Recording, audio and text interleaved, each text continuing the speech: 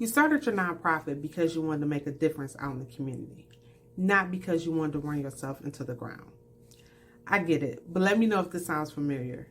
You're the founder, you're the grant writer, you're the treasurer, you're the accountant, you're the program manager, you're the social media person, and on top of all of that, you are also the janitor for your nonprofit.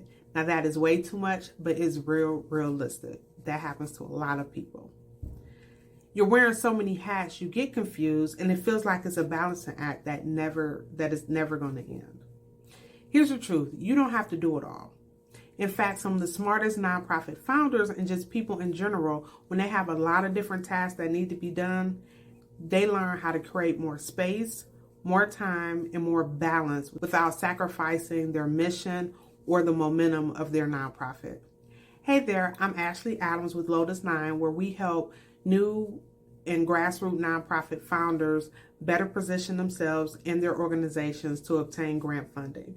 And in today's video, we're going to discuss how to reclaim your time and sanity by learning how to delegate effectively, recruiting the right board members so that you have someone to delegate to, doing a time study to uncover where your hours are really going each day, and finally focusing your energy by offering only one or two services at your nonprofit. Stick around until the end and you'll get a simple exercise that shows you how to free up time for yourself. So let's be honest. Building a nonprofit from the ground up can be hard work, and it requires a lot of time and dedication. But sometimes you may feel like there's no one else to help you lighten that load. That's where your board comes in at. They should be the people that are assisting you to help develop your nonprofit further. But if you have the mindset that only I can do this, only I'm the one that can get it done, you're going to burn out really, really fast. And then think about, if you're not able to carry out the mission of the nonprofit, who's going to help your community? So this goes the same for people who are leaders at their places of employment, for people at home, parents, single parents, even building a business. And this is something I personally had to kind of work through myself in developing Lotus Nine. It's a solo practice for the most part, but once I got into it, I realized I needed help. And I had to call on my community of close friends and mentors to help me move the mission of Lotus Nine forward. So I get where you're coming from. You want things to be perfect. You feel like you're the only one that can do it, but you're not. And at this point, once I realized, after calling on my community to help develop Lotus Nine, things got a lot easier for me, and I was able to have a clearer head, and Lotus Nine just started moving forward because I had more time and space to dedicate to the overall big picture of Lotus Nine. And this is what I want for you. I want you to have something sustainable and something that you have the capacity to lead, and also the energy left to inspire others to join the mission of your nonprofit. So let's get into the points of today's video. 1, delegate like a true leader. And when I say delegate, it's not about giving up control. It's just about trusting others to help carry out the mission and the tasks associated with your nonprofit.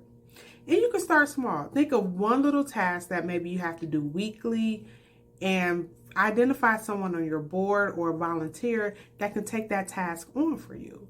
A little trick I learned with developing Lotus Nine, everything I did in the beginning, I would track it or write out like a workflow or instructions for it. And that was just because I was doing so many things myself, managing my personal life and the business. I had to keep track of everything, and stuff would get mixed up. So I will write down everything I did. If I had to use a certain app or a certain method to do something, I will write out instructions. Go to the app, go to the menu, select this, X, Y, and Z. I wrote everything out. And in the end, it turned out to be very beneficial, because once I got to the point where I needed, additional help with developing Lotus Nine, I was able to take that document, and I call it my workflow for, whatever task I'm doing. I was able to give that document to the people that were helping me, and they could follow along, and everything just worked out perfectly. So when you're thinking about what task can you delegate, ask yourself, is this something that I have to do, or can someone else do it? And most of your tasks, you're probably going to be able to delegate.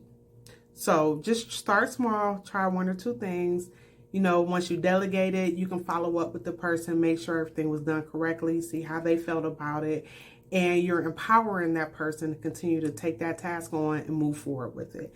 One less thing off your plate. One more thing off your plate. So you can delegate to your board members, to any volunteers, or even interns. I see a lot of nonprofits are utilizing interns, which is very, very smart. It's free labor, and you're able to provide them with the opportunity of learning about your nonprofit in the nonprofit world. So, although I'm mentioning delegating, within your nonprofit, you can also delegate at home. I'm not for sure of what your living arrangements are, but I know with most people, there are certain things that just kind of by default or by decision, you take care of at home. Take a look at the things that you do at home on a weekly, daily, or even a monthly basis. And, I'm not for sure of your family structure, but do you have a friend or a partner or even your kids? As kids grow up, we as parents sometimes forget that they're maturing and we can start giving them more tasks to do. Is your child old enough to do the dishes? Are they old enough to do their own laundry? To assist anywhere around the house, take some of those tasks that you're accustomed to doing as the parent or guardian or whatever your role is in your family, and see if someone else within the family can take on that task for you. And then that allows you more time at home, or it takes away some of your tasks at home so you can focus a little more on the nonprofit. So you can delegate on either end. Number 2, recruit the right board members. And I've mentioned this in several videos, but your board members should not just be a list of names that you submit when you're submitting a grant application. This is your power team. These are the people that you're in the trenches with, and they are pushing the mission forward right along with you. But when you're recruiting for board members, think about the gaps that you have in your nonprofit. So some gaps that I see a lot of nonprofits filling, and that actually should be filled: marketing. Marketing is a part of nonprofit work. Do you have someone who can volunteer their time and focus on the marketing of your nonprofit? Fundraising, program evaluation, grant research, grant writing.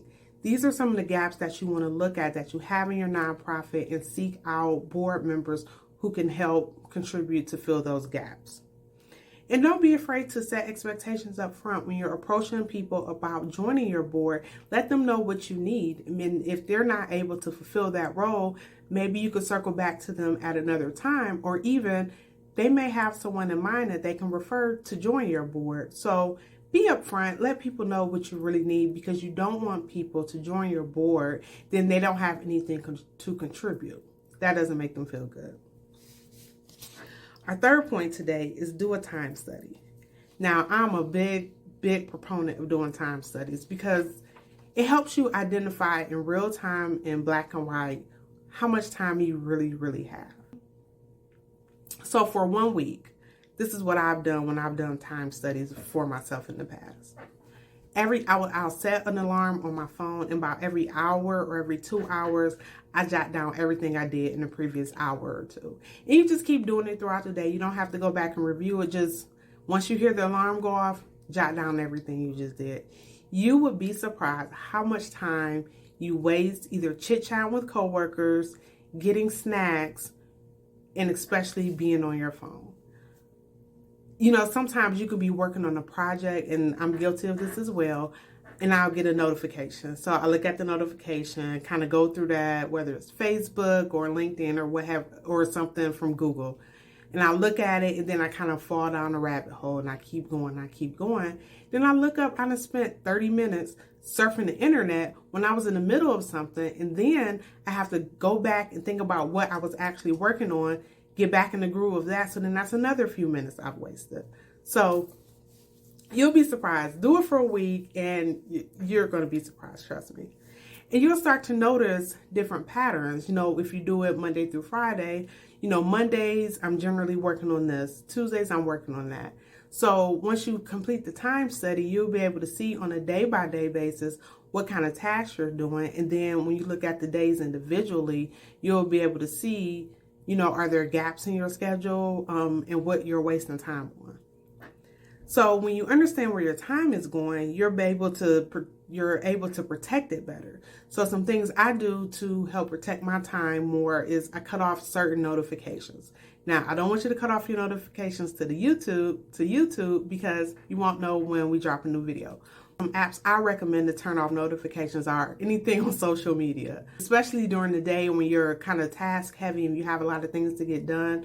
You don't want to get interrupted because you stop, look at the notification, you go down a rabbit hole for whatever app it is, and then 30 minutes into it, you wasted 30 minutes of your day, and then you have to rethink and recalibrate to think about what you were just working on to kind of get back in the mode of that, and then finish out whatever task you were doing. So chill out with the notifications during the day. Once you get off of work, or once, the time you've allotted, has expired for whatever task you're working on, then you can go back and check. Okay. My last point, as a new nonprofit, I know, founders, you have so much passion and dedication for your community, and that's what's sorely needed out here in today's world. But with that being said, you cannot do everything. And by that, I mean, pick one or two core services that your nonprofit is going to do for your community. You can't serve everybody, and you can't do everything, and you especially cannot do everything well. So I want you to be in a position to have maybe 1, 2, at the most 3 services that you provide as an organization that you excel in. If you're providing 10 different services, I know everything is not 100%. Some common ones I see founders do, everybody wants to have a clothing closet. A lot of organizations do food drives, clothes drives, toy drives. Let me see, what are some other ones? Everyone thinks they can provide employment services. Those are some of the major ones I see a lot of nonprofits saying that they can do, but when you really look at it, they're not doing it very well. And when you get down to the base of it, is usually they're referring whatever client or community member to someone else that actually performs the service better than they could. So my whole point, long story short, pick 1, 2, at the most 3 services that you can provide for your community, because once you get focused in on those, you're going to end up getting better and better. But if you constantly, are changing the services you provide, or if you're providing too many, it's not going to be done well. And we want your nonprofit to be successful and to provide good services to the community. So once you do this, this is going to make it easier to convey your message with clarity when you're submitting grant applications and submissions. Is going to just flow better if you're approaching a foundation saying, I do 1 through 10, all of these different services, and their priority is only for one of your services. As a funder, they're going to think, well, are the potential funds I'm going to give this organization, are they going to be used for the purpose I want them used for? Or is it a possibility that they're going to spread this money, across all 10 to 15 services that they provide? It just gives, founders, community members, something solid to remember you by. No one is going to remember all 10 services that you do. But if you stick to 1, 2, at the most 3, and at the most 3, you're going to be more memorable, and you'll be able to convey your message a lot clearer in the community. So this reminds me, quick story. I was at an event for grantees who received this money from an organization. And everyone was asked to stand up, all the, leaders of, 1 leader per organization, stand up and introduce yourself and the nonprofit that you represented. And let it, and share with the group what service you provide. This one nonprofit, this guy was up there for at least 15 minutes because he provided, like, no lie, 6 to 7 different services. And people, it was just like, it got to a point to where people stopped listening. It was going in one ear and out the other. And, me listening, I'm like, there's no way you do all of that. You can't do it all well. So my point is to get more buy-in from your community, the people you serve, your potential funders. Stick to 1, 2, at the most 3 services you provide to your core people in your community.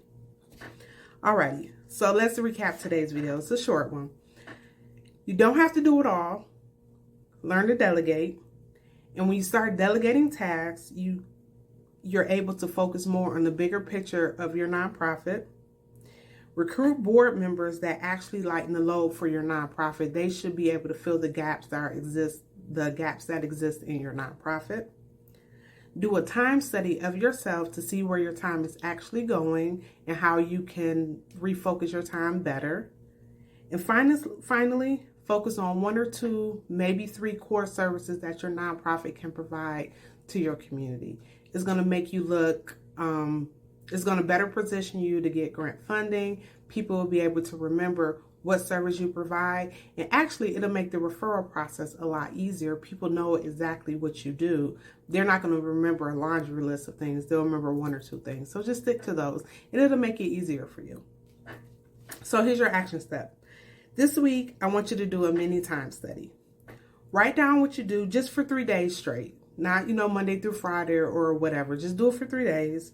Then I want you to highlight something that you can delegate to someone else. Just pick one task and delegate it. Then I also want you to identify anything that you're wasting your time on. And more than likely, it's going to be your cell phone. It's going to be associated with an app. But go through and see, is there anything that you're wasting your time on? All right. Remember, your nonprofit can't thrive if you're burnt out. Leadership isn't about doing everything. It's about doing things effectively and efficiently. So I want you to identify things that you're going to delegate to your board members and volunteers and do it. Don't think you're going to lose control. This is going to make you a better leader. That's all I have for you today. If you found this information helpful, make sure you add a comment below. And you can also click on the link to join the Lotus 9 email community, where we send out weekly emails to help you better to position your nonprofit. We provide some funding tips, leadership stuff. It's a variety of topics we discuss. And of course, like the video, make sure you're subscribed to the channel so you can know when new videos are dropped. Don't forget, you already have the passion. The only thing left for you to do is to get the funding to help move your mission forward. That's all we have for you today. I'll see you in the next video. Have a good one.